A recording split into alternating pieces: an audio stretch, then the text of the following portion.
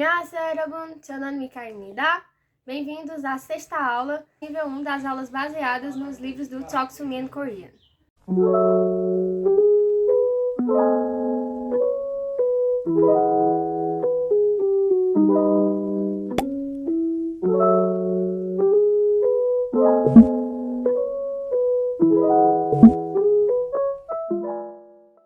Na aula de hoje vamos gravar sobre as partículas de tópico e partículas de sujeito, certo? Partícula de tópico an, nan.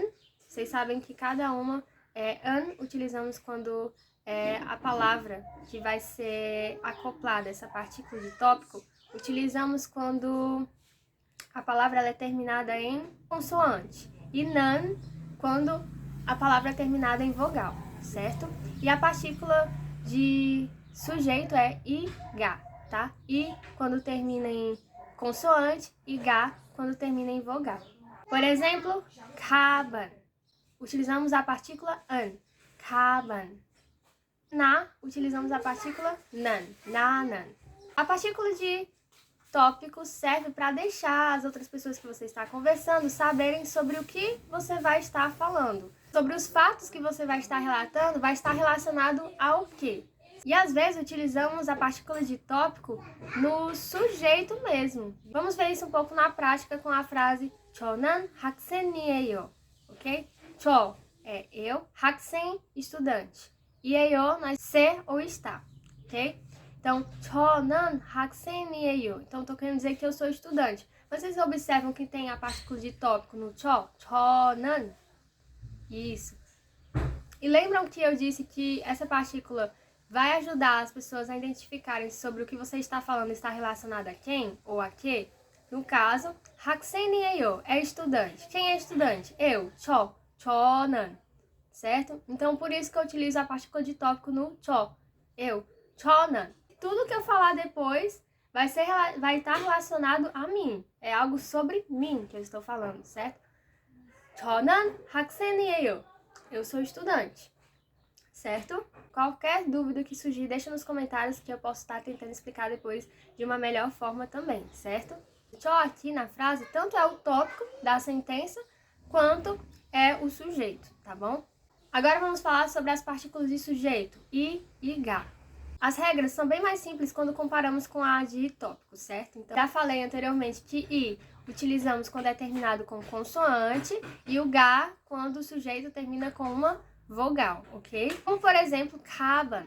Kaban termina com uma consoante, certo? Então, quando quisermos uma frase colocar kaban como sujeito, utilizamos o i, kabani, certo? 학교. 학교 termina com uma vogal, então utilizamos o ga, certo? 학교가.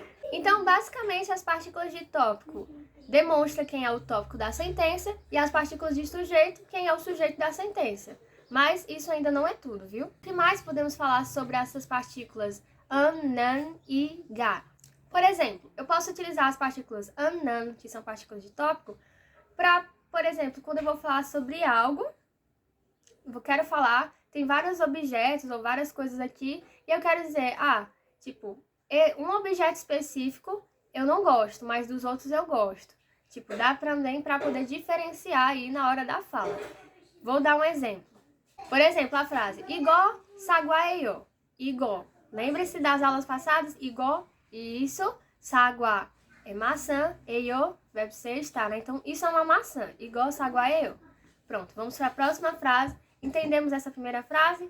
Vamos para a próxima frase para mim realmente demonstrar o exemplo com a partícula de tópico. 이거는 사과예요. 이거는, o tópico é o que eu estou apontando. 이거는, isso, vai ser o tópico. Isso o quê? 사과예요, é maçã. Então, eu utilizei o tópico. Por quê? Por que eu utilizei o tópico? 이거는 사과예요. Isso aqui é maçã, mas os outros não. As outras coisas não são maçãs, mas isso, 이거는 사과예요. Isso é uma maçã, certo?